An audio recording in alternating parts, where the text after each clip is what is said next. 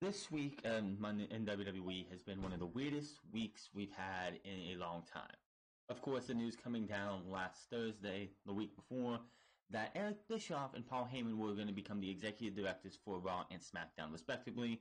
Heyman on Raw and Bischoff on SmackDown, which was, in my opinion, weird because Bischoff was the general manager of Raw, and at one time, and of course, Heyman was the head writer slash general manager of SmackDown back in 2003, 2004 time. Coming into the Monday Night Raw episode this week, which they had their biggest ratings since since like June 1st or something like that. Monday Night Raw hit the 2.4 million viewers for the first time in about a month. Why? Because everyone foolishly, well, a lot of that, it was up like 90%, like not 90%, it was up like 90,000, that was it, 90,000 viewers. And the biggest reason of that was that people were curious about what was going on Monday Night Raw. Then we hop into SmackDown, and those viewers were gone. SmackDown could not keep the fans from Raw coming over to SmackDown. SmackDown ratings actually dropped from last week. Heck, SmackDown hasn't been in the two point whatever since for like this is like the fourth or fifth week straight that SmackDown has been below 2, which of course going into Fox, that is a bad thing. Now, of course, I've seen videos out there, people talking about SmackDown when it goes to Fox, it's going to be into more households, which is true. And the fact that, and we'll talk about it, I believe I have it on here later, WWE was afraid of losing their teenage demographic to AEW, which they are. SmackDown going to Friday is going to hurt WWE's chance of keeping that teenage demographic. The teenage demographic, of course, is about like 10, 11, like 12 to 20 years old, where that demographic, I'm just now getting out of that in the last 8 years, but that demographic on Fridays wants to go out and hang out with their friends, go to parties, especially in the summertime and after school, when school is out. You don't have to go to school the next day. These people are going to want to go out and hang out. They're not going to want to stay inside and watch SmackDown. So WWE going to Fox, I don't think is going to make a difference when it gets to Fox and the ratings. Of course, it has been mandated by Fox that SmackDown has to hit a 3 on a regular basis. SmackDown hasn't had a 3, I don't think, ever. Or at least not since the Ruthless Aggression era, when Paul Heyman had the SmackDown 6. But SmackDown has not had a 3 at all in this entire time that SmackDown Live has been around, and the fact that it's been on USA or Sci-Fi. Now, the biggest thing coming into Monday Night Raw was what was Paul Heyman going to be responsible for, and how much different was the show going to be? And of course, coming out of Monday Night Raw, I liked the first segment because it felt different because of the fireworks, the holy shit, which was not a Paul Heyman directed, that was off of Vince McMahon. Paul Heyman is not the guy in the headset, that's still Vince McMahon. Anybody who thinks Paul Heyman has the headset on and is talking to Corey Graves, Michael Cole, and Renee Young, you're fooling yourself. But the explosion on the stage of Bobby Lashley and Braun Strowman was Paul Heyman's idea. So was the worst segment of the year, in my opinion. One of the worst segments of the year. The Mike and Maria Kanellis pregnancy angle they pulled. It was noted how Heyman has recently worked with certain talents and created aspects of the storyline, including Aleister Black, Ronda Rousey, Brock Lesnar. The Observer notes that Heyman has been a strong advocate of Black and Lacey Evans, among others. There's no word yet if Heyman will be able to keep working with Aleister Black, as Black is still still on the Blue brand under SmackDown executive Eric Bischoff. It also has been reported that Heyman is a strong advocate for the United States champion Ricochet. This likely means like his push on the Raw brand will continue. That's good. But he should not be losing non-title matches against the guy of AJ Styles or anybody. The 50-50 booking that they pulled at the end of this episode of Monday Night Raw is terrible. The fact that you had SmackDown has a big advantage over Monday Night Raw when it comes to no commercial breaks, because SmackDown has the great thing that they have with picture-in-picture. Something that I know they implemented in 2016 when SmackDown went live, because USA Network wanted both Raw and SmackDown to feel different, and it made SmackDown feel different. But with the fact that you have this mandate of no commercials no wrestling during commercials, Monday Night Raw suffers dramatically. After that big explosion, what did you have? You had the Viking Raiders or the War Raiders, War Machine, Hanson and Rowe. I'm not going to call them by their WWE Raw names. That's just, I don't like those names. But Hanson and Rowe versus Big E and Xavier Woods of the New Day. This match should be a pay-per-view quality match. This should be like a Survivor. This should be like the finals of a Survivor Series Raw vs SmackDown tag team elimination match, where like we had the Bar and the Usos last year.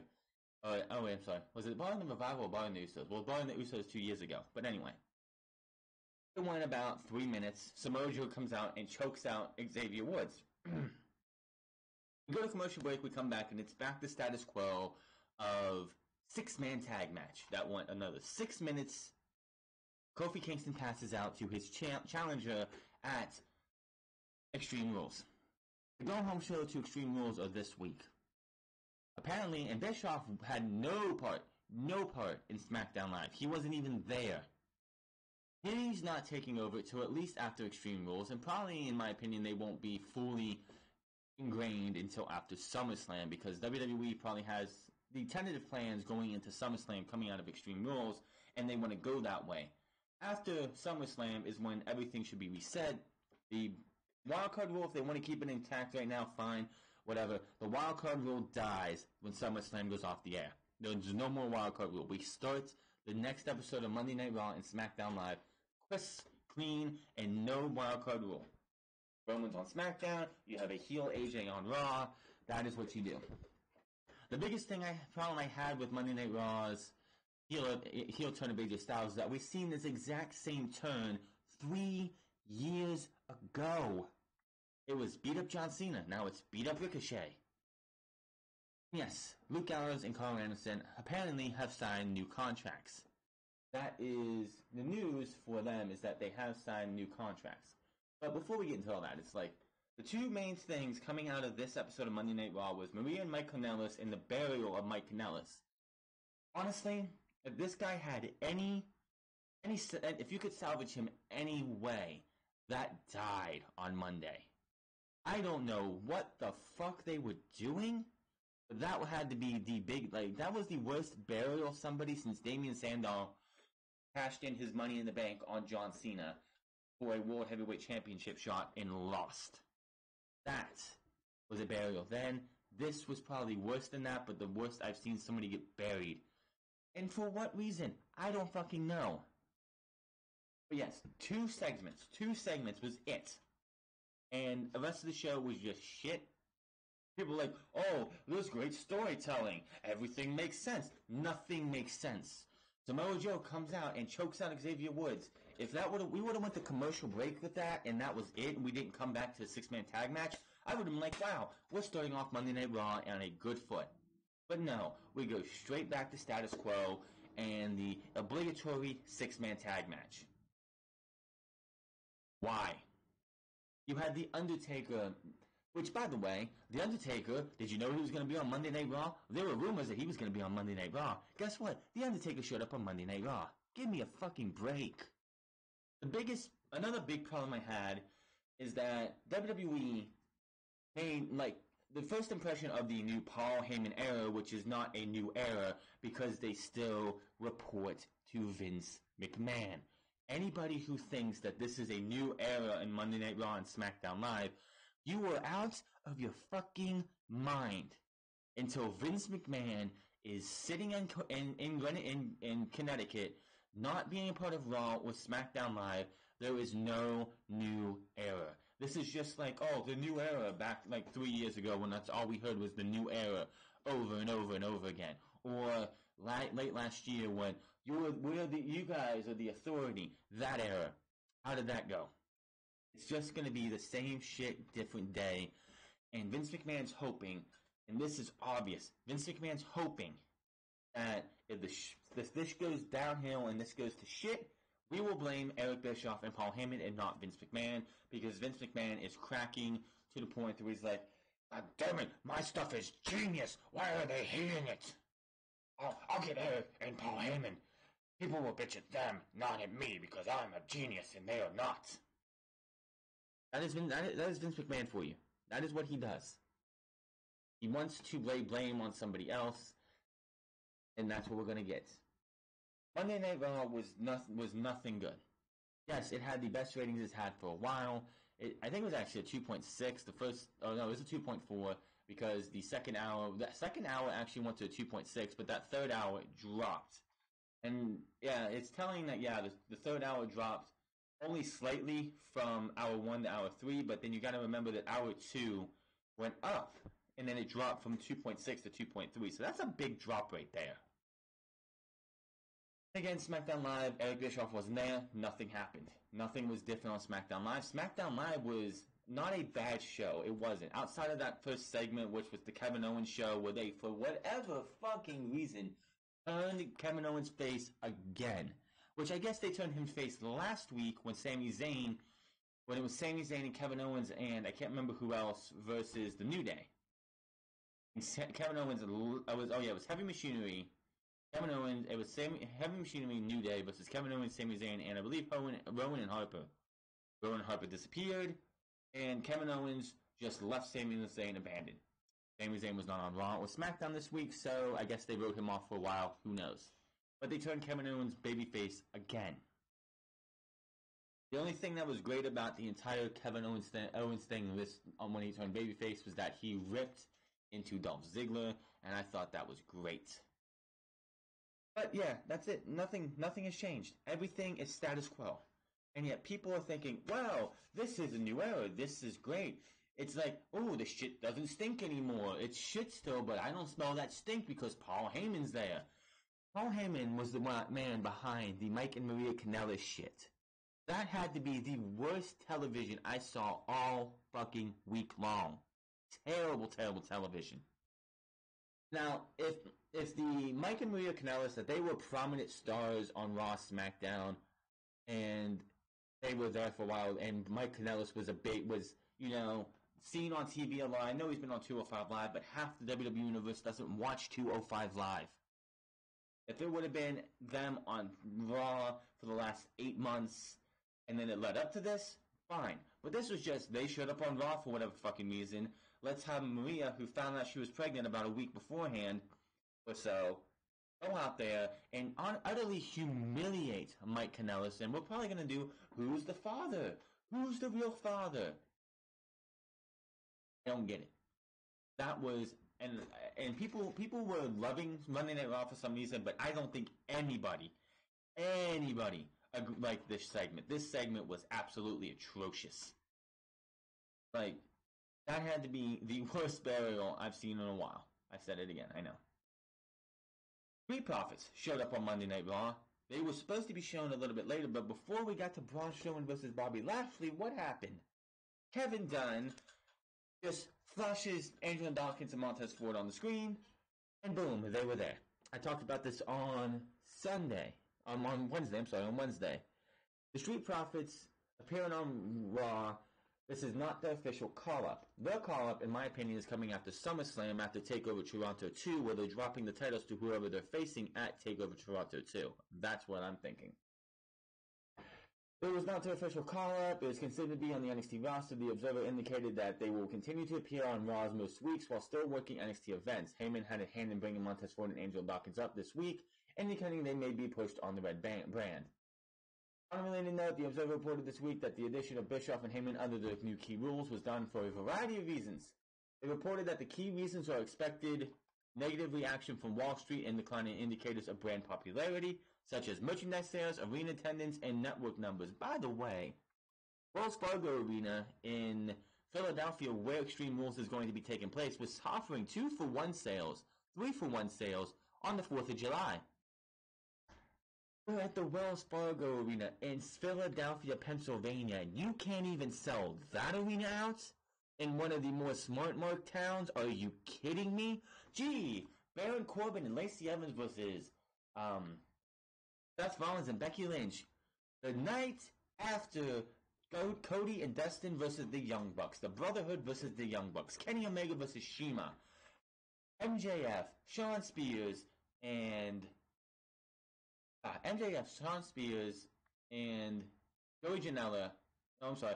Joey Janela, Jimmy Havoc, and Darby Allin versus MJF, Shawn Spears, and Sammy Guevara. There it is. I got it. In a 6-man tag match, which is going to lead to All Out with Shawn Spears and MJF on the same team.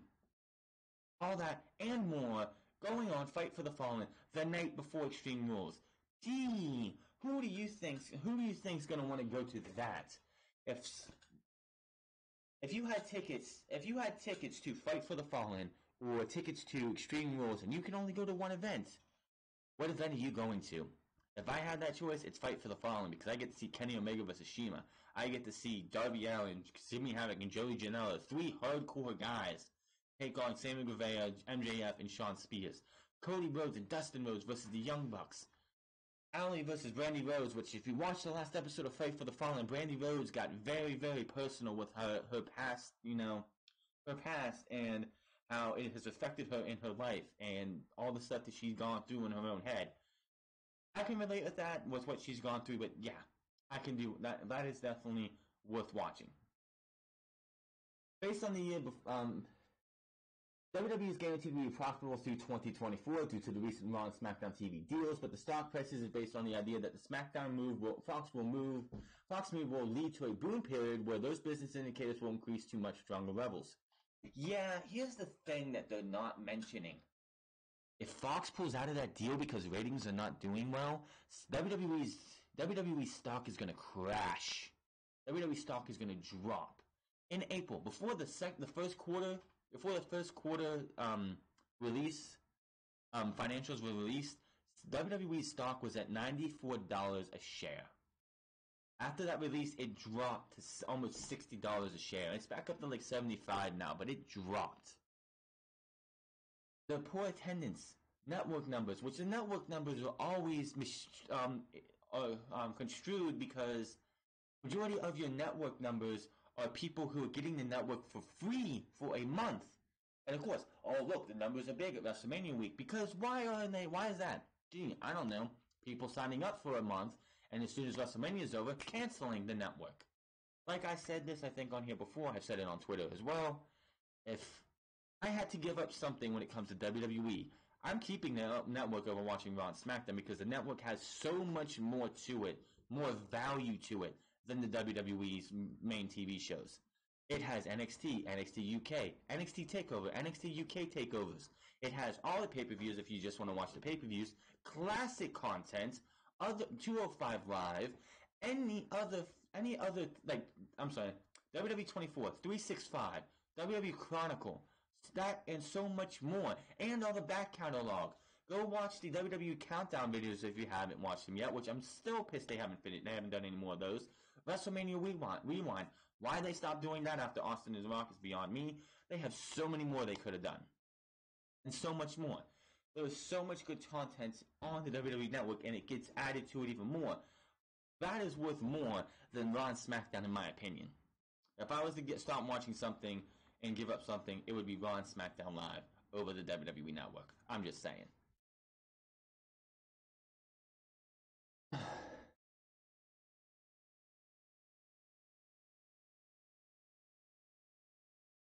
That's not the right thing, is it?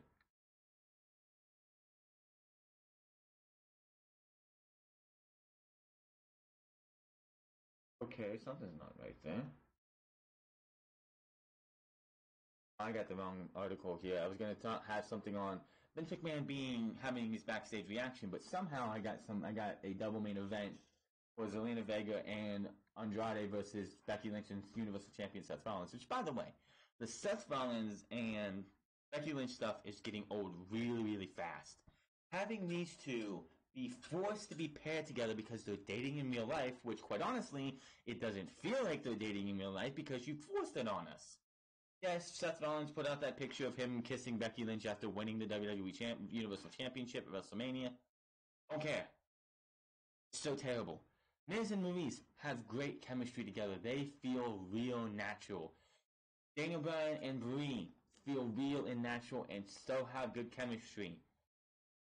Even non-couples and Zelina Vega and Andrade have good chemistry on TV. Seth Rollins, Becky Lynch do not. Their chemistry is awful.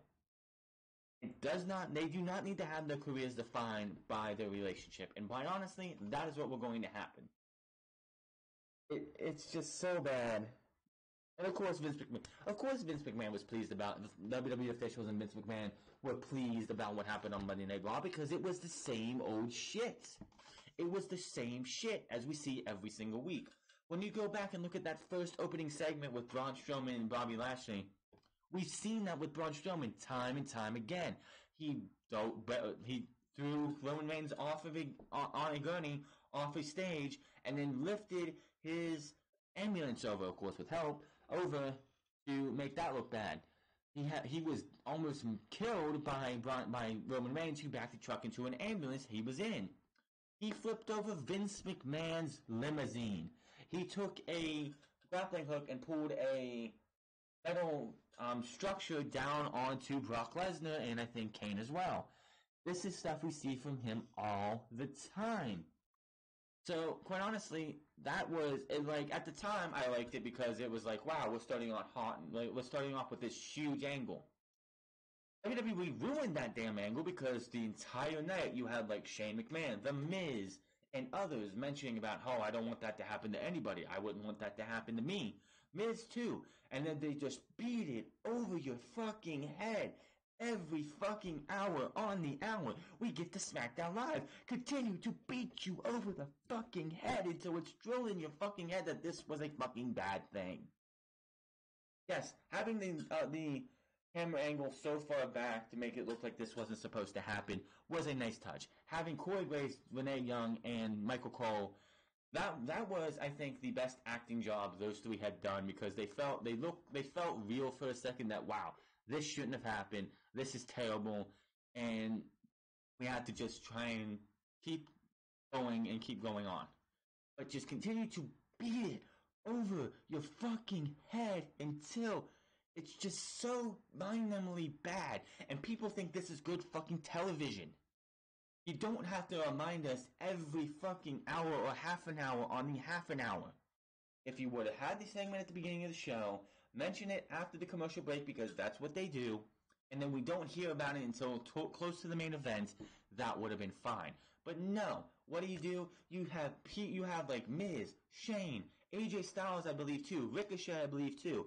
Just continue to beat it over your head. We go to SmackDown, same fucking thing. There's no fucking excuse for that. Monday Night Raw, SmackDown Live were fucking not the best shows you could ever seen. SmackDown is still not in it. It's SmackDown's prime days were 2016, early 2017, when it was the beginning of SmackDown Live up until WrestleMania. That was the prime. That was SmackDown's prime. No, in its decline, and now it just sucks. Eric Bischoff's not going to do a damn thing to make this any goddamn better, and you know it.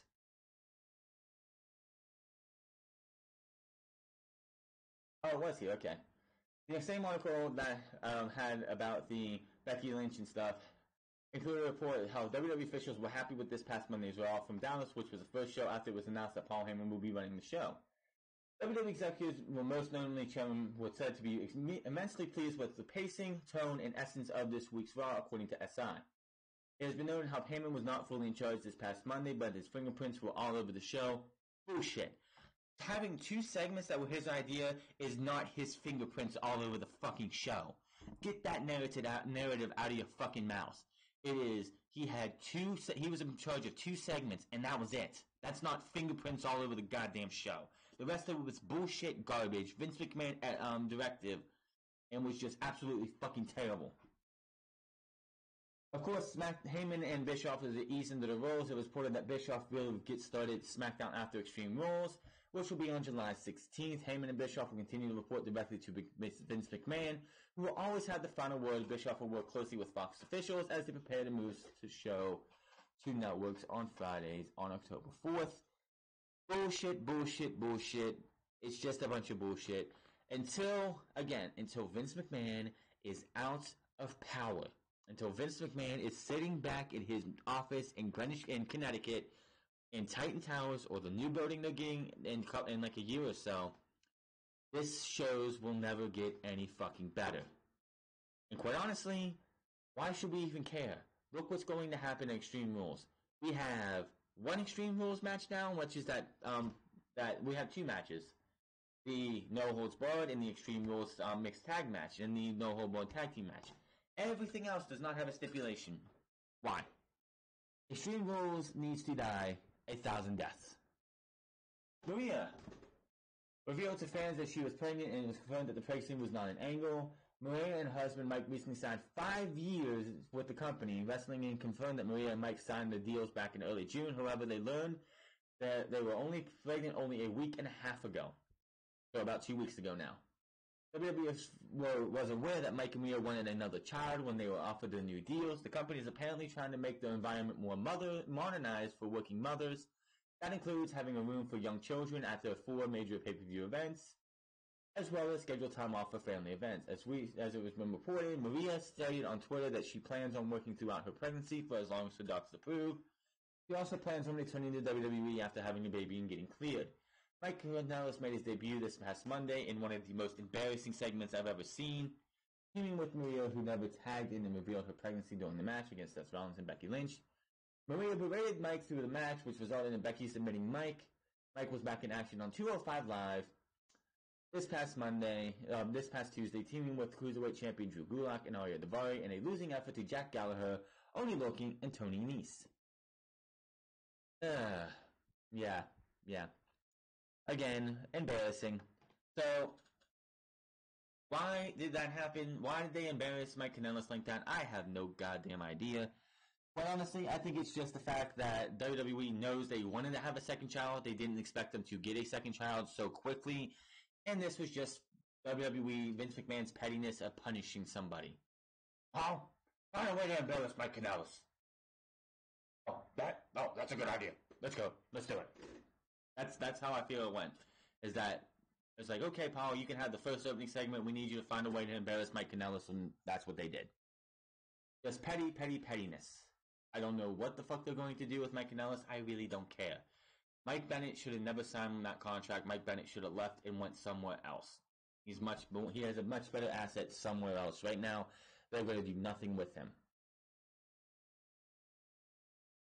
WWE officials have been very aware that they have lost touch with the key demographic, teenagers. Oh, you don't say. Bringing back The Undertaker, somebody who hasn't been relevant to teenagers, doesn't appeal to teenagers. Bringing back the Generation X, who doesn't appeal to teenagers. Bringing back Goldberg, who doesn't appeal to teenagers. Putting the WWE Universal Championship on Brock Lesnar, which doesn't appeal to teenagers. Gee, I wonder why. Shitty booking, fart jokes, poop jokes, shit, peeing on Bobby Roode's fucking, robe. All of that's supposed to appeal to teenagers. Gee, I wonder why people teenagers aren't watching your shitty product. WWE's recent attempt at an edgier product will attempt to work with keeping teenage fans and making new ones in that demographic. There's a feeling that they had to take this new edgier direction to help with the demo and for other obvious reasons. Yeah, here's the thing. Teenagers don't do edge like they did back in 2000, like 99, 96, 97, 98, 99, 2000, 2001. You're putting your demographic, the teenage demographic, and you're appealing to those who were teenagers 20 fucking years ago. Vince, are you that stupid?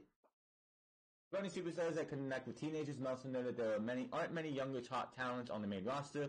Gee, whose fault is that? You have Finn Balor, you have Aleister Black, Ricochet, Andrade Cien Almas, Mustafa Ali, Cedric Alexander, Buddy Murphy. And only one of those seems to be getting a push right now, and that is Ricochet. And whose fault is that? And by the way, Ricochet's not a young guy. He's he's in his early 30s. New push for United States Champion Ricochet is likely being done, at least in part, to help with the teenage demographic. New WWE executive Paul Heyman is said to be very high on Ricochet, which is a positive thing. Which Paul Heyman is one of those guys, and why he works in this entire executive directive role is because he likes to work with young talent to mold new talent and build them up. That's why when he went to OVW and he was sent to OVW to work down there, he wanted to do it and flourished in it as well. Make sure teenagers don't go to AEW for their weekly TV show starts later this year. Gee, let's see. Are you gonna cut out the fart jokes? You're gonna cut out the poop jokes? You're gonna cut the toilet humor? No? Okay. You're gonna keep bringing back The Undertaker that doesn't appeal to teenagers this year. Around now. You're gonna bring back D-Generation X again and again and again. The DX has not been cool since 1999. 2000, whatever. They have not been cool since then. And don't give me that they were cool in 2006, 2007, 2008. Because, no, they were not. That shit was fucking embarrassing. You had two 30 or 40-year-olds acting like fucking teenagers. Give me a goddamn break. That was not cool. That was fucking embarrassing. WWE doesn't know what the teenagers want nowadays. I don't even know because I'm 29 years old. But I'm telling you, fart jokes, shit jokes, toilet humor in general is not going to get your teenagers. Making fun of fucking Kevin Owens and saying, "Oh, you should be in a hot dog eating contest." Oh, that's going to appeal to you. That's definitely what the teenagers talk about. Oh, gee, you want to go to hey dude, you want to go to the local hot dog eating contest? Give me a break. Nobody fucking cares about, unless you're Joey Chestnut, nobody cares a fuck about hot dog eating contests. But yeah, let's keep doing fat jokes because that appeals to teenagers. Let's put a 50-year-old Shane McMahon in the goddamn spotlight because that appeals to teenagers. Give me a fucking break. Bring back The Undertaker to go with Roman Reigns in a tag team match against Drew McIntyre and Shane McMahon because that appeals to teenagers. Yes, Ricochet he's not young, but he's not old either. He's like in his early 30s, but still. That's the reason. That's also another reason why Angelo Dawkins and Montez Ford were brought up because they're a young tag team. They're a young, talented tag team. So WWE hopes they appeal because they do have like a gimmick that would probably appeal to teenagers. And to anybody who thinks that WWE brought the Street Profits up because of Private Party and AEW, you're fucking stupid. Private Party, yeah, they're a great team. I still can't get their names right, so I'm not even going to try and butcher them. But that had nothing to do with it. It's because Paul Heyman is high on Angelo Dawkins and Montez Ford as well. He's big fans of the Street Profits, and why shouldn't you be? They are good. They are great. They're not just great with teens. Here's the thing. WWE needs to appeal to not just they need to appeal to early teens and the children that are getting into becoming teenagers, so their fans are young and grow up with the product and don't go, well, this thing sucks. I'm going to go do something else or go watch AEW or something or do something else. It's not just they don't need the late teens; they need the early teens.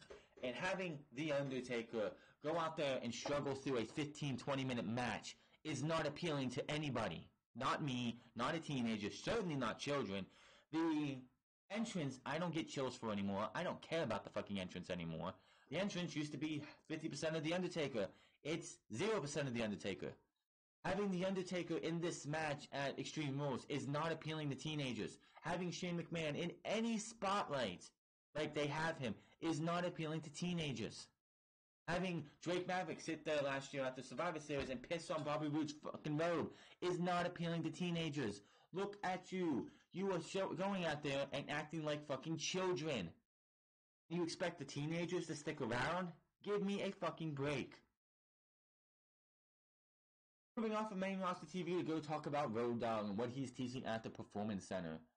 Road Dogg Brian James is currently teaching character development in his new full-time role with WWE, according to the Wrestling Observer newsletter, which is good.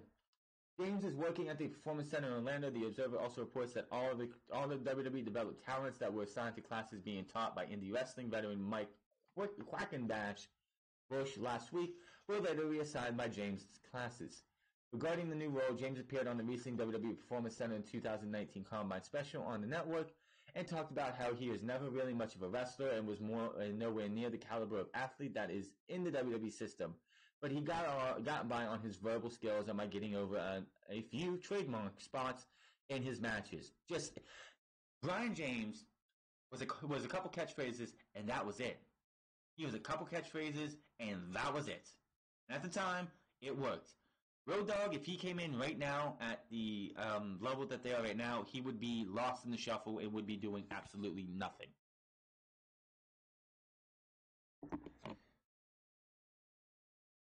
He said This is what he wants to teach the new talents. And more news from the WWE Performance Center. Coach Norman Smiley is currently out of action, according to the Wrestling Observer. Smiley recently underwent surgery, but there is no word yet on what he's out with. Regarding Road Dogg, first off, speedy recovery to Norman Smiley. I don't want to see anyone out of action for anything, even if you are a coach. So speedy recovery to Norman Smiley. But Road Dogg, if you want to talk somebody who got over with the crowd in his time, Road Dogg is someone to talk to, because when he was somebody who came in with Jeff Jarrett into the WWF in 1995 as the roadie, left with Jeff Jarrett, knows for a fact that was the biggest mistake. That was one of the biggest mistakes of his life, was following Jeff Jarrett. He knows he should have stayed in WWE. But, he was young. He didn't know anything back then.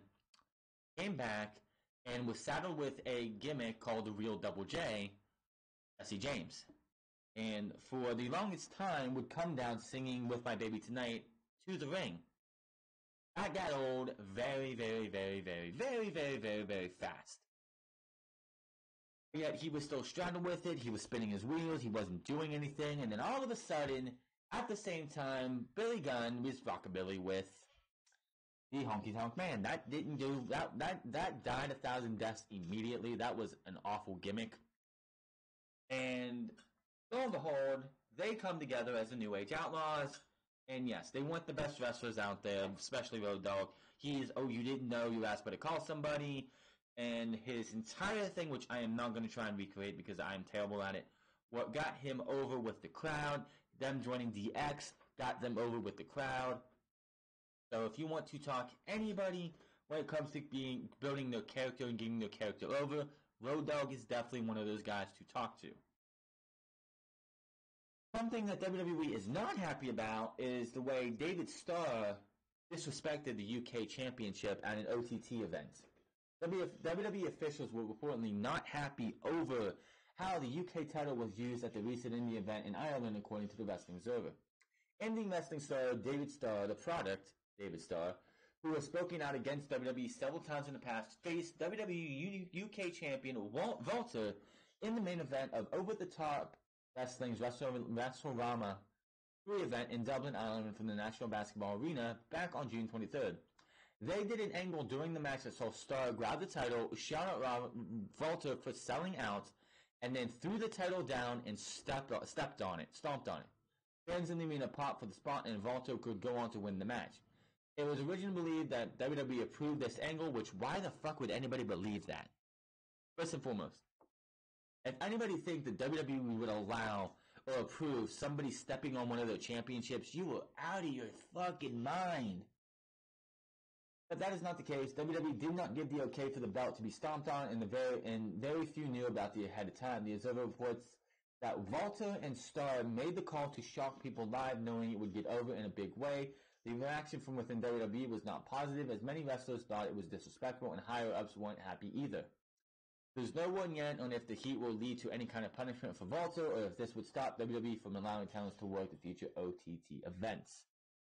First and foremost, as I said, to anybody who thought that WWE gave approval to this, you are out of your fucking mind. This is the same company that watched Ranger Blaze, Medusa, take the WWF Women's Championship to Monday Nitro, grab a trash can, and drop it in the trash can. That exiled her from WWE for over 20 years. This is not something that WWE would ever approve of. WWE might not respect their championships on TV, but you're damn straight that is something that WWE will never approve of.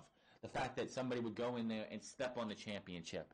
It gets heat, yes, it gets a good pop depending on the situation, but it's not something that WWE would ever allow for, especially somebody like David Starr, who has been very vocal, outspoken and vocal about WWE, and the fact that they just go out there and sign all the UK talent because they want to try and just eradicate the independent scene, which honestly will never happen, and WWE should stop trying.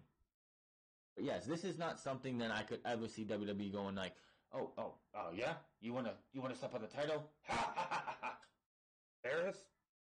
Nah, don't do that. Yeah, WWE would never allow that, and you must be out of your fucking mind.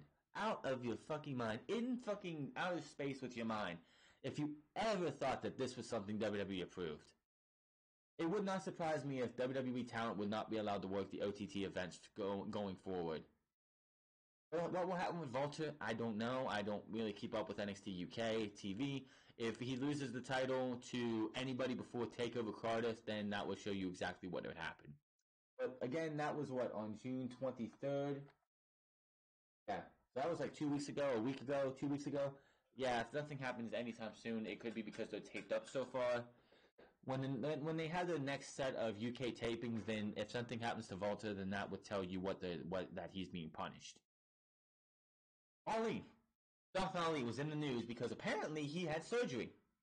Apparently several websites were confused by a report on Jinder Mahal's knee surgery that took place on June 28th. Mahal suffered the injury during a June 15 match event against Ali, and some sites misled the wrestling as a report on Mahal's surgery. Ali dismissed the report and confirmed that he did visit the dentist last week. Someone mentioned, breaking news, Mustafa Ali out with injury. Wish you well with recovery. He said, I had a root canal procedure on Wednesday. I think I'll be okay. Also, Lamia also got caught up in this because they put a video out about the injury. They were talking about things that are wrong with WWE or something, and they talked about the injury bug. They mentioned Mahal. They mentioned Ali being injured, and I'm like, no. Ali is not injured. Ali has only had a root canal. Maybe he had to take a day or two off because that shit probably does hurt. I've never been to the dentist, so I couldn't tell you. So yeah, Ali did not have surgery other than a root canal, so he'll be fine and he'll be in wrestling. I still want to see where they're going with this change the world shit that he's doing. I have no idea. We'll just have to wait and find out. Update on the Good Brothers. It's been speculated this week when Gallows and Anderson officially reunited the club with AJ Styles on Raw. Gallows and Anderson had either agreed to or actually signed the new 5-year contract with WWE, according to the Wrestling Observer newsletter. Gallows and Anderson are said to be re-signing with the WWE on the long-term deals. There's no word yet on the exact length of those deals, but most of the recent extensions have been for 5 years. The AJ heel turn and the reunion of the club was reportedly planned out before Heyman was hired as a new executive director. I mean, it was kind of obvious 2 weeks in a row where AJ Styles was like doing this whole pep talk with the club that they were going to get back together. And that was like 2 weeks before Heyman was brought in as executive, as his director position. So yeah, this was definitely not something he was going to do. Heyman did not run all the creative this week, but his fingerprints were only on 2 segments. It was not all over the show. I can't stand when I read his fingerprints were all over the show when no, they were not. There's also noted that unlike the situation with the Raw Tag Team Champions, the Revival, where they were given the titles and the push with Shane McMahon to keep them from going to AEW next year, Gallows and Anderson are said to be focused on new stable with AJ Styles and they have made a decision to stick with the company. The disappointment I have for Gallows and Anderson, who were just 2 months away from being free of the WWE handcuffs and shackles. They do realize when Vince McMahon has them under a 5-year deal. They got a little bit more money than $500,000, $500,000. I don't know the full terms of the details of the contract, but they are signed. The fact that they went out there and just re-signed and they got the club back together. The club lasted from about June of 2016 to August of 2016. It lasted a few months. The simple fact is that's just how it went. And the fact is, AJ Styles went to SmackDown, became the WWE Champion and US Champion twice, both titles, and the club won the Raw Tag Team titles after AJ left, and then became obscure. They're going to be stuck around. And when WWE goes, well, we're breaking the club up again, AJ's going to go do his own thing, and you guys are just going to, disappear again. That's what it's going to lead to. They're going to end up just back in the same boat. Why would they be foolish enough to go out there and sign those big money contracts? They're not worth it to, WWE doesn't care about the club. They never have and they never will. Anybody who thinks otherwise, you are fooling yourselves. Disappointment is not even the word I want to use. I wish I could think of something other than disappointment. As I already mentioned, Eric Bischoff was not on SmackDown Live this past week. He was There has been speculation on Bischoff being brought into the tapings after an email alert was issued by the arena last week saying Bischoff would be there. The alert was issued to arenas by WWE, and a similar alert was issued for the new executive director Paul Heyman on Monday Night Raw. Heyman did appear, but he is usually there and his appearance was not related to the new executive director gig. It had been reported that Bischoff's email was not supposed to be sent out. Bullshit. Anybody who puts out there, these weren't supposed to be sent out. Bullshit. WWE is doing every fucking thing they can do to get people to tune in. People didn't tune in to SmackDown still. SmackDown ratings dropped again, and they're going to continue to drop. They are, because SmackDown sucks. SmackDown, on last Tuesday SmackDown, Pollock noted that the middle finger from WWE champion Kofi Kingston, Samoa Joe, was censored on Sportsnet C360 airing in Canada. In the Sky airing in New Zealand, the gesture was edited in the video WWE uploaded to YouTube and their website, which you can see on YouTube. You can also see parts of the middle finger, but it was somewhat hidden within the way the cameraman was positioned behind Joe. The middle finger from WWE champion is seen as another recent attempt to make the product seem more edgy, which it's not working. Oh yeah, because middle fingers are what appeals to teenagers still. Are you fucking kidding me? Give me a break. I don't really know. Corey Graves' holy shit reaction to Braun Strowman and Bobby Lashley's stage explosion on Monday's Raw was edited on Hulu Plus. The line was left in the video that was uploaded to YouTube channel, but was bleeped as usual because it's YouTube. And was noted that the line was scripted by Graves to say likely another attempt to make the product feel edgier, which it does not. Again, you've had Roman Reigns during his entire feud with Brock Lesnar last year call Brock Lesnar a bitch over and over and over again. You've had him call John Cena a bitch when they were feuding over and over again. That didn't help your fucking cause at all. Do you think middle fingers and holy shits are going to do anything else? Hell no. Give it up, Vince. Go home. You're drunk. Seth Rollins made the news last week because he pretty much got a little butthurt because Will Ospreay called him out and told him that, yeah, you might be good over there, and yes, you asked to find somebody who does what you do as good as you do. I'm alive, is what Will Ospreay only said. And Seth Rollins came off as a condescending prick, who eventually brought out well, if you want to compare numbers, let's check bank accounts. That's when you know you lost, Seth. That's when you know you lost. But he came out this week and apologized to Will Ospreay. Universal Champion Seth Rollins took to Twitter and apologized to recent social media beef with IWGP Junior Heavyweight Champion Will Ospreay. Rollins specifically mentioned that comments on comparing bank accounts. He did stick to his comments on WWE bringing the best pro wrestling product on the planet. NXT, yes. NXT UK, yes. Raw and SmackDown, no. He said he still believes he's the best wrestler doing it today. Nope. Rollins also said there will be no more garbage tweets from him. After a few days to sit on it, he said, I'd like to apologize to Will Ospreay for the tweet I sent his way about comparing bank accounts. It was done of me and not in line with my values. The moment I pressed the send button, I knew it was trash, but I was too stubborn for my own good. I stand firm in my sentiments that WWE is the best pro wrestling on the planet and that I'm the best doing it right now. After a hell of a week of travel, our crew didn't waver for a second. Top-level humans busting your asses for the love of the game. I couldn't be more proud of the champions with this company and represent WWE and the entire industry in the way it deserves. No more garbage tweets. I can and will be better, but he said. Of course, Will Ospreay accepted his apology and said, "There's no beef here, and let's move on." It takes a big man to go out there and admit that he's done wrong. Seth Rollins knew he was wrong, and I'm sure Becky Lynch gave him a good old talking to as well because she is the queen of Twitter feuds, and the fact that her boyfriend can't even go out there without bringing up the bank account. So yes, definitely good to see Rollins do that, and let's just move on from here. It's all squashed, and that is all that. Of course, yes, the Twitter beef made me want to see Tyler Black and Will Ospreay, or Will Ospreay versus Seth Rollins in a match, but we know that's never going to happen. Will Ospreay is staying in New Japan. He's actually moving to Japan. And, of course, Seth Rollins is going to be staying in WWE. Speaking of Seth Rollins' buddy, Roman Reigns, he says it's foolish to think AEW is competition. This has been a huge story for everybody. Everyone's making this out to be much ado about nothing. Roman Reigns is one of the flagship bearers to WWE. I don't even have to read this. Roman Reigns is going to go out there and say what he said. That is what he's supposed to say. Do you expect him to go, oh yeah, it's actual competition? Oh yeah, I can't wait to compete against these guys. No, that is not what they're going to do. Yes, a random fan found Stephanie McMahon at an airport and harassed her until she gave him an answer about AEW. He said competition should be able to bring the best out of everybody. That was probably just something she threw out there because this fan would not leave her alone until she said something. So that is what that was about. Roman Reigns is again one of the flag bearers. When you have Raw and SmackDown. Seth is on Raw, Roman is on SmackDown. Officially.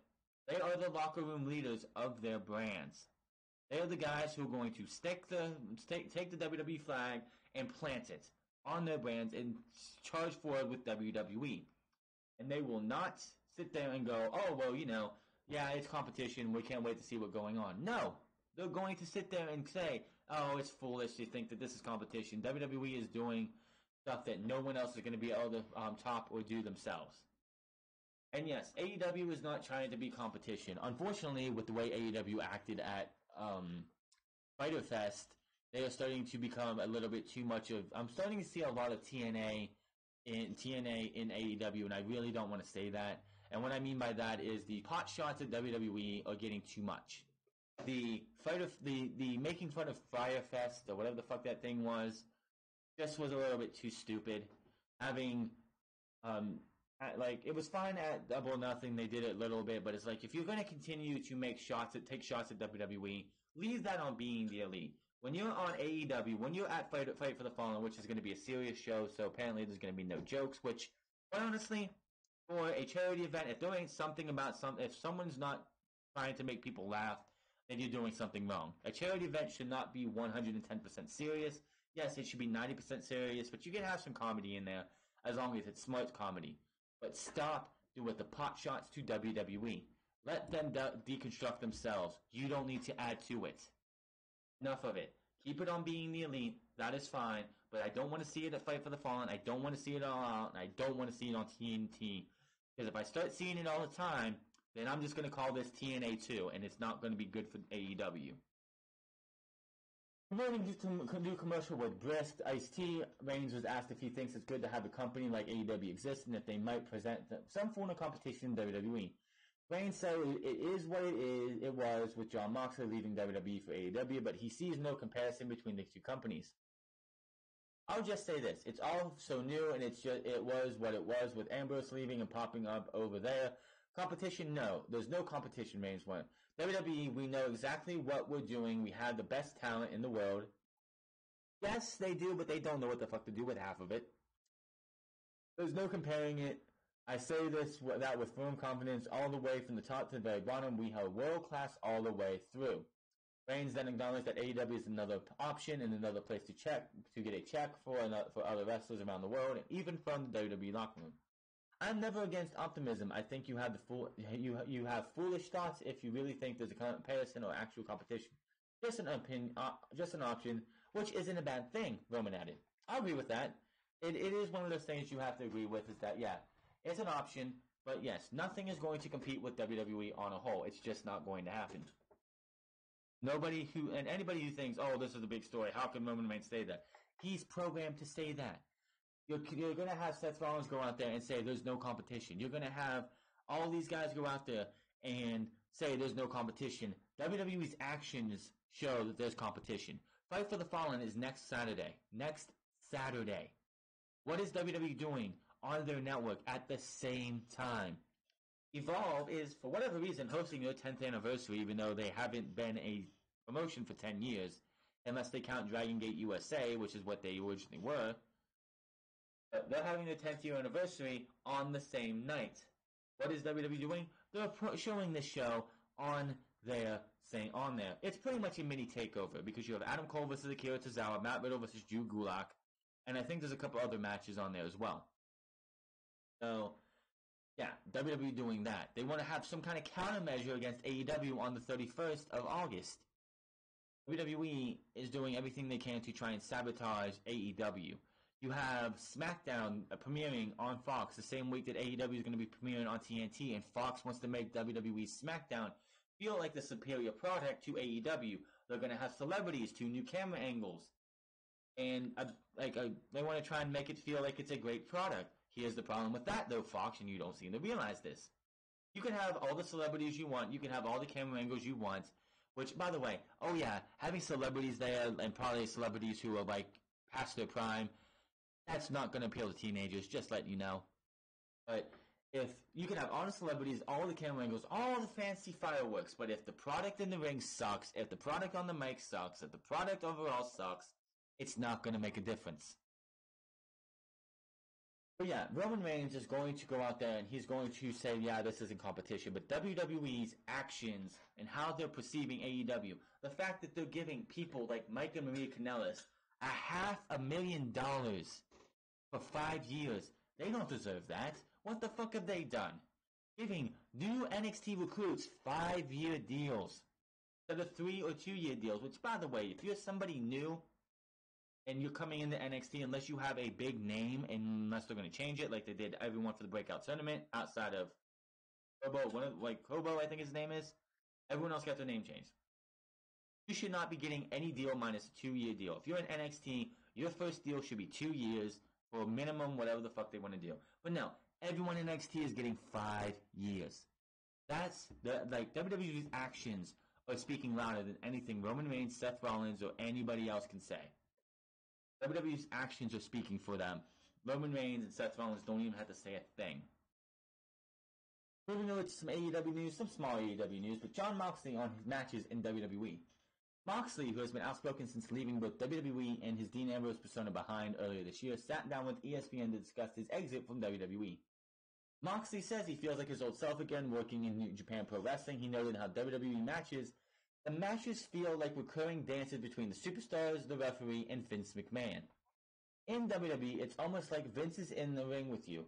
The producer is in the ring with you, Moxley explained. It's like you have 2 little bubbles on your shoulders, like 3 heads on the ring. In the ring. All of a sudden, when I got to the ring in Japan, 5 minutes in the match, I was like, there's no chatter. There's no producer, ref, Vince chatter. It was like silence, and I didn't expect that. I was like, whoa, I'm alone again. It's just me in the ring, and then I just started beating the crap out of Juice. And I was like, oh yeah, this is what I want, what I used to do. Moxley has his sights set on the future, and that future is participation in the New Japan Pro Wrestling's G1 Climax, which the first night actually just ended, finishing up yesterday. That begins this weekend. The highly prestigious tournament is well known as being one of the most grueling events on a New Japan talent can be part of. I expect it to be grinding tour, Moxley said, but dude, I've done the most horrific WWE European tour and worldwide tour that you could ever imagine. Like, no days off, 14 days straight, 25 minutes every night in the main event, going through tables every single night. I could have done the G1 next year, done some more matches in Japan, got a feel for the style. I've got to do this shit in 4 weeks. Basically, this is a crash course in New Japan. This might be my one opportunity to do it. I heard a lot of stuff about how hard this tournament is, how grueling this tournament is. When one of the top companies in the world with such great history invites you to the flagship event, yeah, it'll be hard, but you'll only get one life, Moxley continued. What am I going to say? No? Why would I say no? I expect it to be hard. I expect it to be a lot in rough mornings. I think the thing with me is that most likely I'll have the foot on the gas pedal pretty hard the entire time, whether it's smart or not. That's just the way I'm wired. I expect it to be fun. Tournaments like the G1 Climax increase the amount of the fans get to see one of their favorite stars perform, but it will likely obviously make them more susceptible to injury.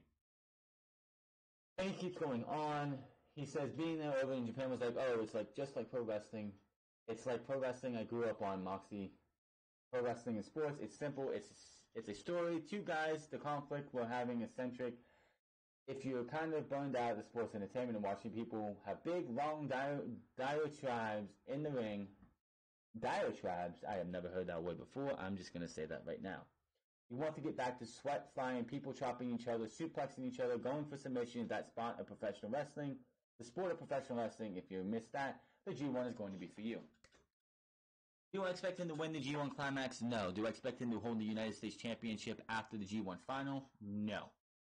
I don't know what's going to happen with Jon Moxley, but that is going to be a fun thing to watch. If you want to check out the G1 Climax, it will be on New Japan World. I believe the remainder of the time And his first match, I believe, is next weekend at 5 o'clock in the morning or sometime during the B block opener, which I believe, again, is next weekend. And one more thing before we end this thing. Fyter Fest numbers, how many people tuned in? Of course, AEW's Fyter Fest went down last Saturday on the Ocean Centers in Daytona Beach, Florida, with Jon Moxley defeating Joey Janela in an unsanctioned match to close out the show. The event streamed for free on BR Live with 140 people, average minute per rating, tuned in to watch, according to this morning, the Wrestling Observer Radio. The event drew 4,200 paid fans with about 5,000 total in the building. Of course, this was in conjunction with the CEO event. Also reported that 350,000 people in total, not counting people twice, checked in at some point live to see what was going on, because this one was free. People were more likely to come in and out compared to a pay-per-view where most people are going to stick around the entire time after spending money on it. Also estimated that about 300,000 new subscribers signed to BR Live in advance. The Fyter Fest, the initial goal was said to be around 110,000 signups. Last month's Double or Nothing was a pay-per-view for 50 in the States, and reportedly drew 99,000 to 113,000 buys. AEW's Fight for the Fallen is up next on July 13th at Dallas Palace Amphitheater in Jacksonville, Florida, and will be streaming free on BR Live with the States and Canada. The price tag is $12.99 or £8.99 in the UK. That's awesome. That is absolutely awesome that they got that much. Yes, it's a free event, and basically what these things like AEW Fyter Fest and AEW's Fight for the Fallen is for people who are curious about the event, don't have to go out, especially in the States, don't have to go out there and spend $50 to watch a big pay-per-view. Yes, it sucks that ITV and the Fight Network or the Fight app make you pay to watch the show. They can't get those for free out there. But 350,000 people at one time watch this event at one time or another. That is pretty cool. Fight for the Fallen might be a little bit better. Who knows? We're going to see Shima we're going to see the Bucks versus Brotherhood, Cody and Dustin Rhodes. Shima versus Kenny Omega, MJF, Sammy Guevara, and Shawn Spears versus Jimmy Havoc, Joey Janela, and Darby Allin. I'm sure we're going to have some shenanigans in that match. And Ali versus Brandy Rhodes, which I don't know how well that match is going to go. All I know is Brandy, it's going to be like it's a big deal to her, and I'm just saying it's like, if you go out there, win, lose, or time limit draw, as long as you go out there and give us a good match, nobody's going to think anything less of you. But Fight for the Fallen, I think, was a major success for them. Yes, 4,500 people were there. People were like, oh, but that was less than what you saw for, that was less than what we got at. Actually, if you think about it, 4,500 people who paid to be there was actually as much as people who paid to see Stomping Grounds. And Stomping Grounds was in the Tacoma Dome, which is a bigger building. They think 5,000 was the max limit they had for the place. And the fact that it was also in conjunction with CEO, and a lot of those people, it said 5,000 people, so you got to think, another 500 people are probably those who were over at the fighting game, the fighting championship thing, and maybe their day was done, and they're like, you know what? I see something. I know like there's wrestling going on over there. I know Kenny's over there. I'm gonna go watch that, and they got in over there. So yeah, AEW. And I know I think Dallas Place is actually a lot smaller, but we'll have to wait and see. But this is your Unscripted. I'm 77. I know it's a day late, but man, this heat has been killing me, and it's been hard to come into my office space trying to get that my space to where I do all this. Hopefully try to get that fixed up or something, but I have no idea if that's going to happen. Anyway, hit that subscribe button, comment down below, like or dislike this video, find me on Twitter and Twitch at The France Club. I did get them fixed up. As you can see, it was not misspelled this time. I feel kind of foolish that I don't know how many times I've used this layout that I've had the France Club misspelled, but that's on me. So then, I'll see you guys Monday for Monday Night Raw. Let's see if anything changes this time. I highly doubt it. It is go-home shows to Extreme Rules. I kind of find it funny that they decided to make this announcement of Heyman and Bischoff 2 weeks before Extreme Rules and not after Extreme Rules. Or the week of Extreme Rules. But I'm getting out of here. I'll see you guys Monday, Tuesday, and Wednesday. Until then, my name is France, and I'll see you guys later.